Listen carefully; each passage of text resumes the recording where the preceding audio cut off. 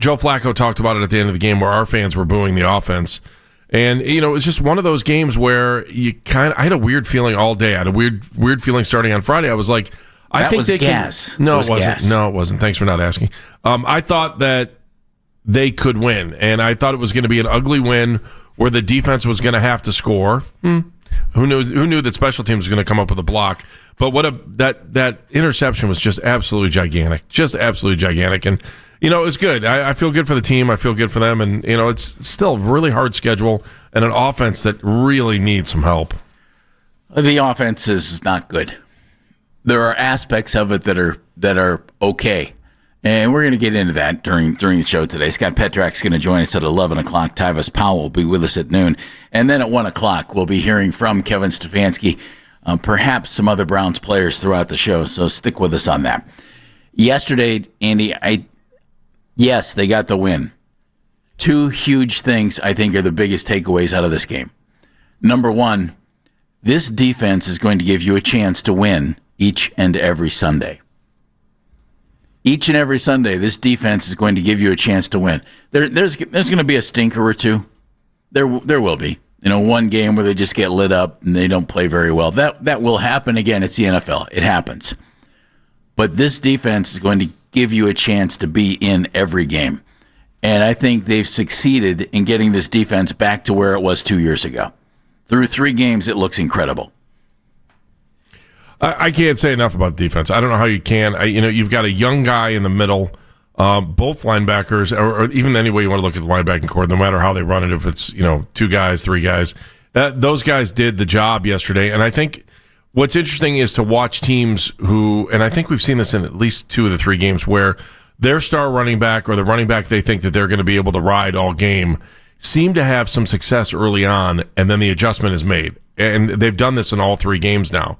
And, they've been able to stifle some of the top offensive threats in the NFL over the last couple weeks. And so I don't think you can take any of that lightly. I do think that, that the conversation about the game is interesting, because immediately following, I'm like, they won, man. This is awesome. Feel good about it. But then you get the harp on, well, should Joe Flacco still be the quarterback? Should Joe Flacco? And well, it's a valid question. Yeah, it is. But it's just like, can we just go 5 minutes with just enjoying the moment and saying, well, that was a gigantic win against a very, very good football team. And they ended up on the right side of the scoreboard, which, let's face it, if you've been around here since 99, that games like that, we've seen them go the other way too many times. And to be able to just watch yesterday's game and enjoy it for a moment, that's what I did afterwards, because I knew that there'd be conversation. I heard some of the worst phone calls I've ever heard on the morning show, like just ridiculous. Like, do you really think that Joe Flacco doesn't have passion to want to win? That he's not a leader? Look, I understand that things weren't going right offensively and they're not perfect, but if anything, Joe Flacco is a leader. And you can hear it in his press conferences. You can hear it when he plays. Should he be the starting quarterback right now? I don't know, man. The offense didn't look good. Should be. Well, the offense didn't look great early on. They didn't look good at all, but he did what he needed to do to win the game. So when you go back and look and say, okay, well, what was that game all about? All you're going to do is look at the final score and you're like, they won 13-10. They won by a field goal. Field goal kicker must have hit the victory. Just like last week against Baltimore. In 3-4 weeks, you're going to go back and go, man, how'd they give up 41 points? The defense must have been horrible. But we all know that wasn't all about the defense last week. So, it is. It's a moment in time. Move forward. Let's see what happens next week against Detroit. Another tough game. Let's hope Detroit gets all kinds of beat up tonight. We're going to get into some specifics about the game coming up at 10:20. But overall, Andy, you're left. I'm left with the feeling about this game. The defense through 3 games now, and we're going to get defensive specific at 10:20. Defense will keep you in every game and is as good as you're going to find right now in the National Football League. Number 1 in yardage allowed, and just doing a great job. 2nd in sacks. They put Jordan Love on the ground 5 times yesterday. The offense, the special teams got it together yesterday. Thank goodness, because the special teams haven't been good. No, they haven't. Andre Schmidt making all of his kicks vital. He made the field goal early, and that was good. The early kick, and I say early, it was with 3:30 left, 3:38, and then made the extra point. Okay, not a given anymore. and then kicks the game winner. That was outstanding. And Shelby Harris getting the block, outstanding. The offense is not good. And it's hard to look at the offense and see how it's going to get a whole lot better, other than just polishing it up and hopefully making it work. Now, Green Bay's defense is good. Baltimore's defense, pretty good. Cincinnati's defense, not very good. Mm-hmm. So you've had one clunker against a bad defense. But the offense is just not performing very well. We do see, I think, a semblance of a running game. Quinshon Judkins in 2 games looks like the real deal. Yes, he does. And he's not going to run without some help from the offensive line. The Browns' offense is not good. Okay, let's start with that. The running game looks like it has life, Andy. Mm-hmm. Quinshon Judkins, 5.5 yards per carry in the 2 games he's been here. And yesterday, he played some big guy football and did a nice job when the offense finally got a chance to get things going in the fourth quarter. It was 9:26 left in the game when they got the football back. The only problem was they ended up eating up. They won the game. They ate up almost 6 minutes on the clock and ended up with only a field goal.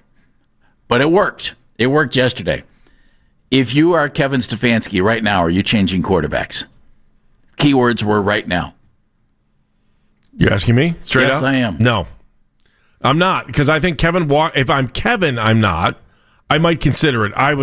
Trust me, in the first half, I was considering it in the first half yesterday. I was considering it in the third quarter yesterday. I was like, they just can't get this offense moving. Now, do people want to sit here and complain that you want to say that he's not a mobile quarterback? Well, we all knew that going into the season. Was Tom Brady a mobile quarterback? Was Ben Roethlisberger a mobile? There's plenty Later of guys. In his career, no. No, there are plenty of guys that were not mobile quarterbacks and were able to win, especially if you have a strong defense like we do. I know people want to see mobile quarterbacks. I get it. I understand it. But I think Kevin truly believes that he could start all 17 games with Joe. He trusts Joe. And why? I mean, you take the play like the Njoku play yesterday. That's one of the reasons why you think you trust him. And it's like having another coach on the field. The problem is just making sure the execution is. We don't need another coach. We need someone that can make a good call. He missed a lot of guys that were open yesterday. Yes, he did. He did. Now, it's easy to see in the press line. box. Is he not getting enough time? There are a lot of factors that go into that. But clearly there were some things that were happening on the field that they didn't hit. I agree with you.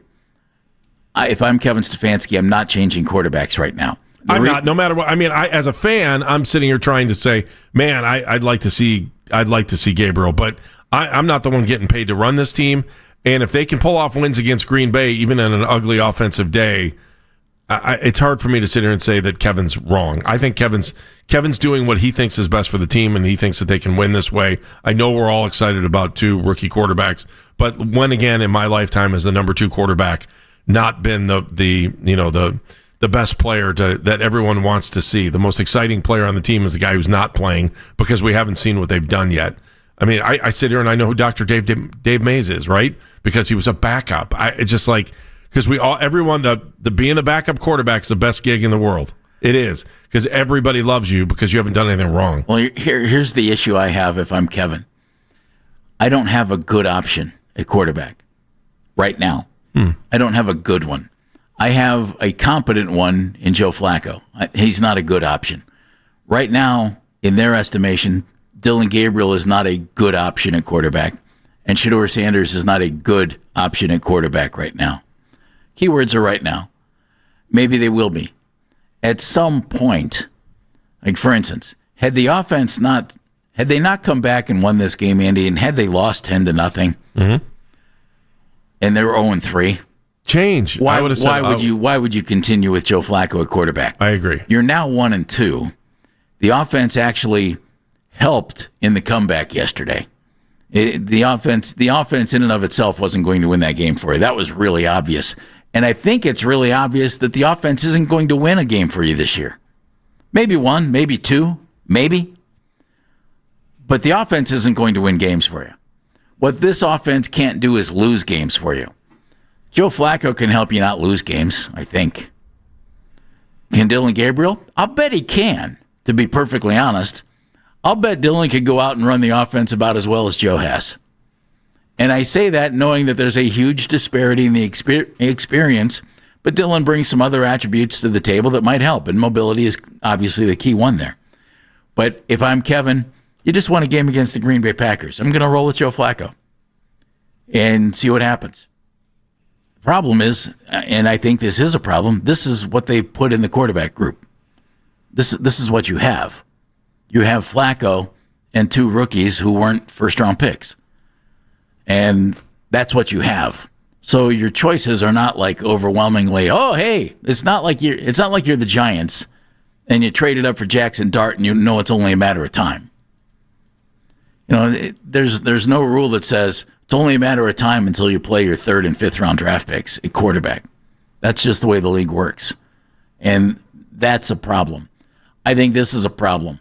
They didn't really add to the wide receiver group. Isaiah Bond could end up. Are you saying that you don't think the wide receiver group is strong? I've never heard you say that on the show. I'm not going to blame just the wide receivers here.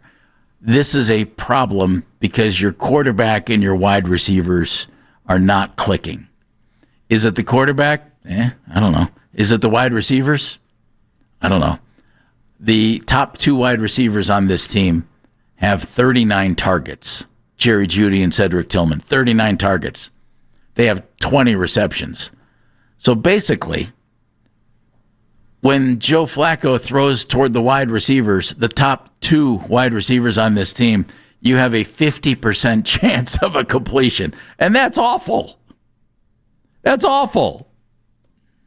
Now, the tight ends are a little different story. That's helpful. Who was your second leading receiver yesterday? Want to guess?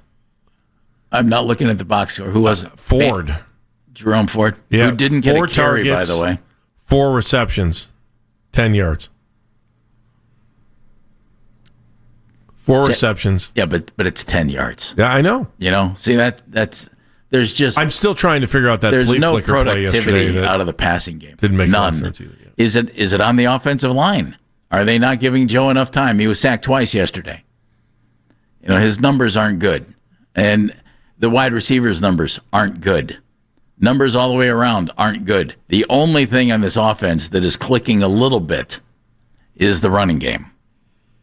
And it's a little bit.